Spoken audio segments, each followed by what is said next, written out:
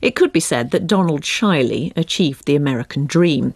He was born in 1920 on a farm in Washington state, went into the Navy, which funded his engineering studies, and the invention he later came up with not only made him a fortune, but is credited with saving up to 500,000 lives.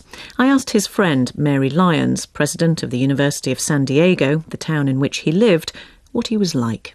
Very, very understated, wore his success lightly, a self-made man, unpretentious, but warm and loving, a very, very approachable gentleman.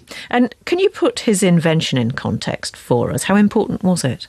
If you think about how relatively recent the advances in biomedical research are relative to medicine, that he was truly one of the pioneers in this industry, finding a way to perfect a heart valve that is credited with saving about 500,000 lives.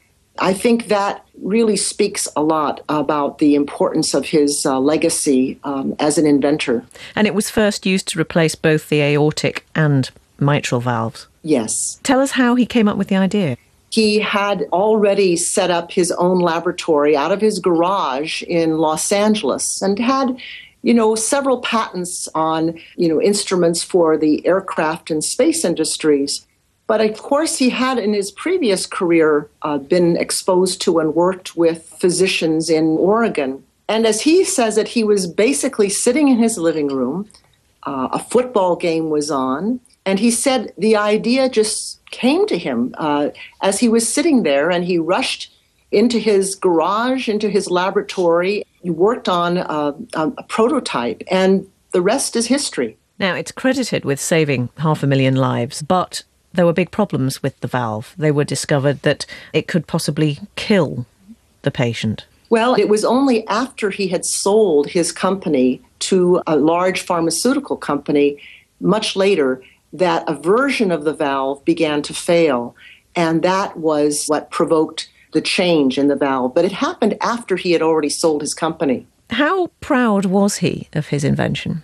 Oh, very proud. What he was most proud of is that his professional life was dedicated to improving the lives of others, and that while he was financially successful because of his invention, that financial success didn't even begin to match the pride he took in the good he was able to do for so many others. He was worth hundreds of millions of dollars, but gave a lot of it away, I believe. Yes. Donald Shiley and his wife Darlene are among the greatest philanthropists in our entire region. So generous in many, many areas. Was he a religious man? Yes, very much so. I wouldn't describe him as particularly pious. He wore his religion very lightly, but I think the values that he learned as a child, the faith he had, that he shared with his wife Darlene, really did promote and inspire a lot of the good works that they both have done. Donald Shiley, who has died aged 90.